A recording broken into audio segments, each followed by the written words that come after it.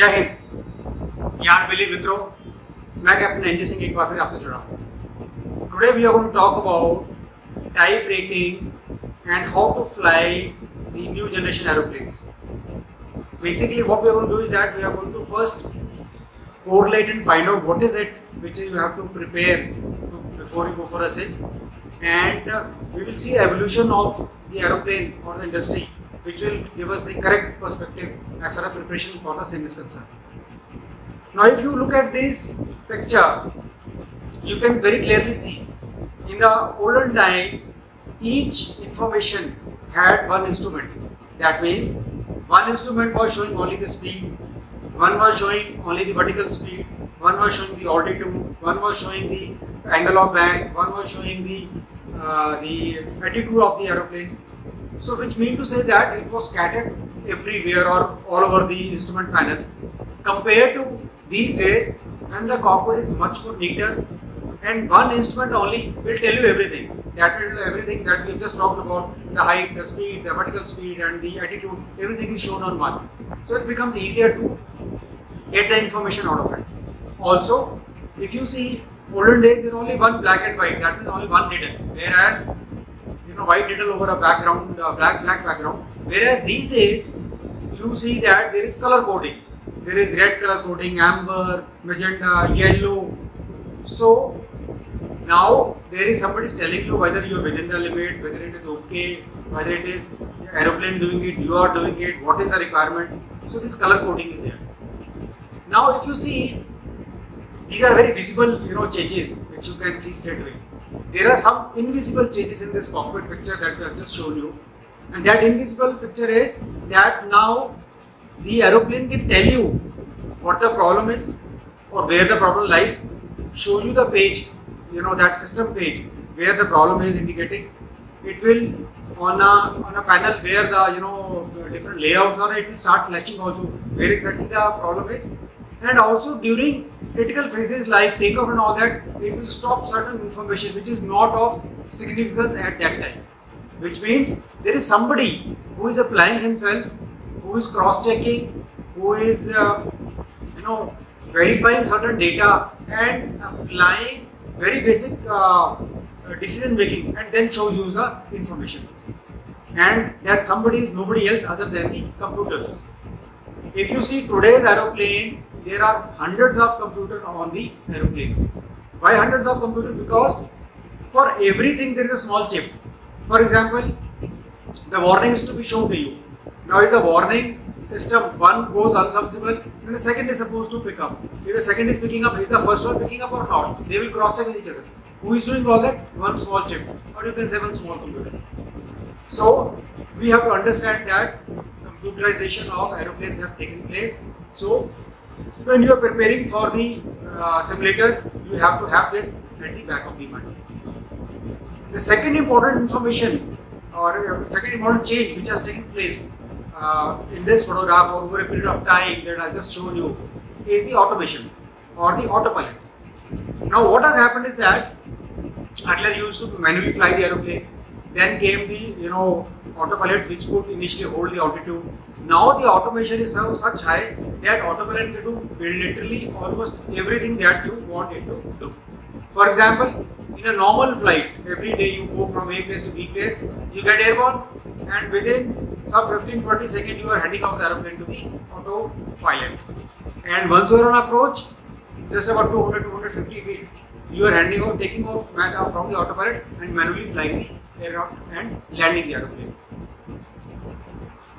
In fact, the automation is so high, in very poor visibility, you let the autopilot only land and you just monitor that she is doing everything correct.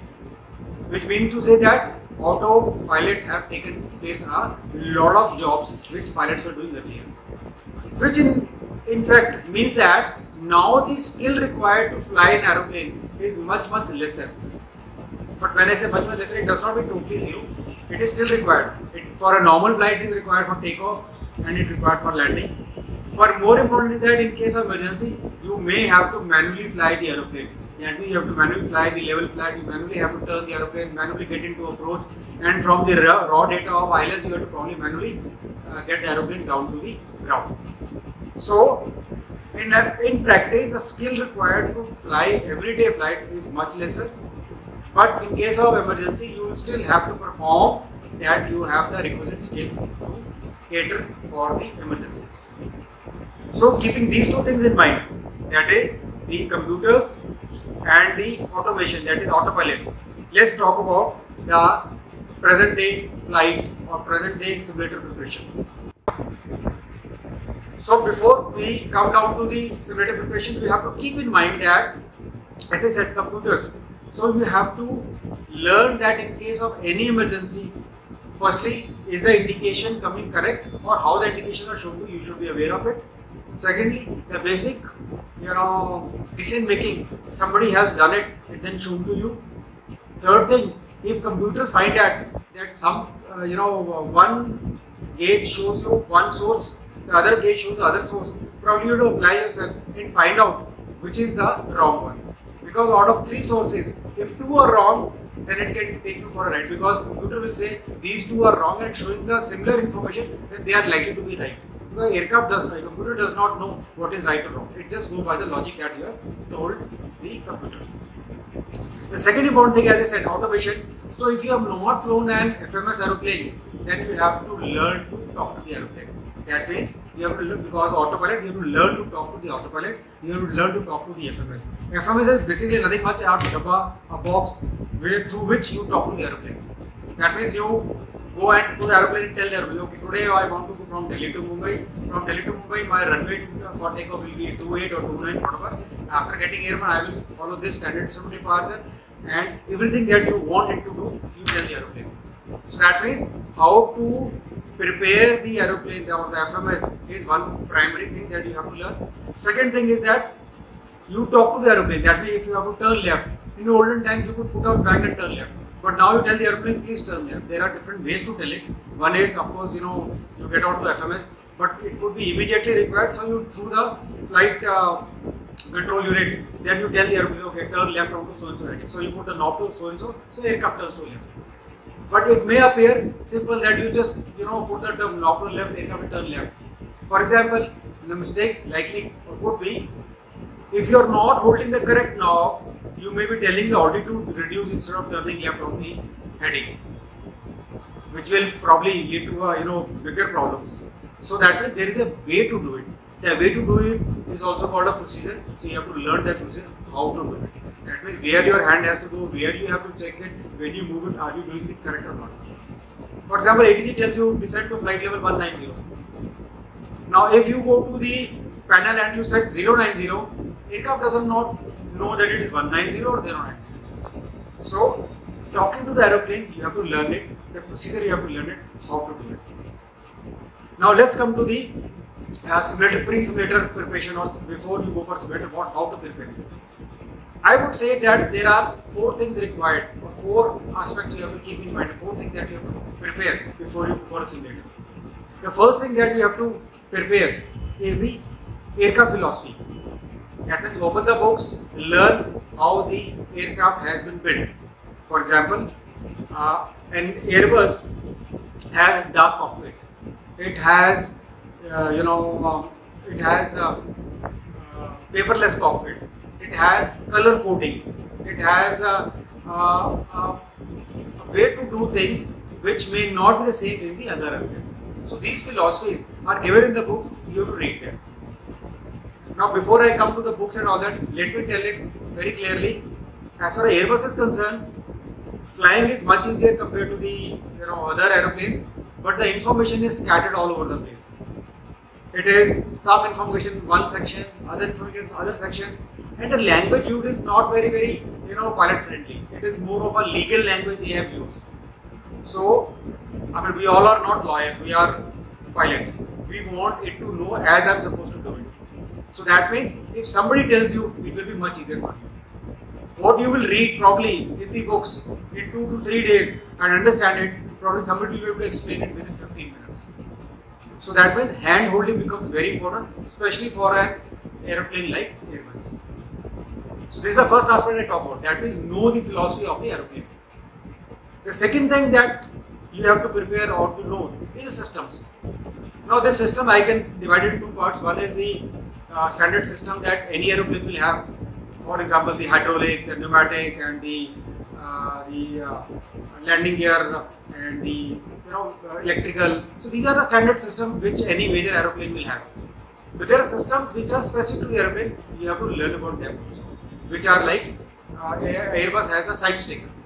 Now, side stick maneuvering is very different compared to a normal yaw, which you see in a Cessna or even in Boeing 737. If one person is turning to the left, other person put the stick to the right, the aircraft will not move at all. So it will continue to fly level. So that means there is a way to do it, and what are the indications that will come in the cockpit, you should be aware of it. The other system which are not in other planes but specific to is say auto thrust. Now auto thrust is also the thrust lever does not move, the throttle does not move throughout the flight unless you want to come out of the auto thrust. Auto thrust keep doing whatever she has to, she will only show you on a gauge. So these things are very specific to the aeroplane. So you have to learn that. So second aspect is systems. Now the third aspect is, as I said, the normal procedures, which I just touched upon earlier, that how to set up the FMS, what is the procedure to set up the FMS, when takeoff, how you hand over the aeroplane to the autopilot, and more importantly, when it comes to approaches, the ILS approach, what are the buttons to be pressed, what are the VR approaches, what is the manage approach in which the aircraft flies because of the data which it has in its database, or it could be VR approach where it takes a pickup from the ground beacon and then flies the aeroplane. It could be with the autopilot, it could be without the autopilot. It could be RNP approach. So different approaches needs certain switch selection. What is the thought process behind it? How to do it? When to do it? So somebody needs to tell it. Somebody needs to show you these switches and explain to you. The last and the most important is the abnormal procedure or the abnormal thing or emergency handling.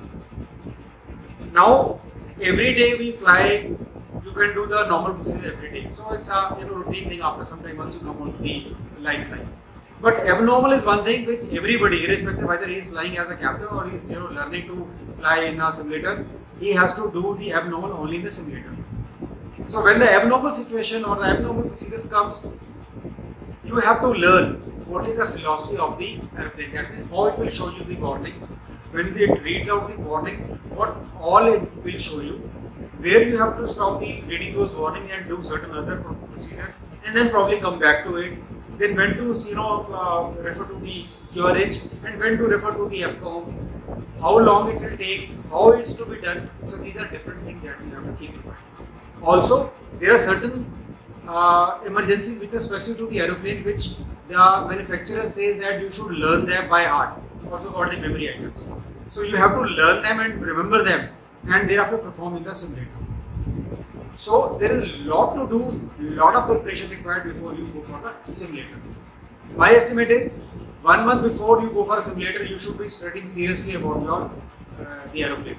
You should not read there and then say, okay, wait 10-15 days I can read something without anybody telling me, and I can enter the simulator and the guy at the back, he will teach me and I will learn it straight away. No, it doesn't happen that way.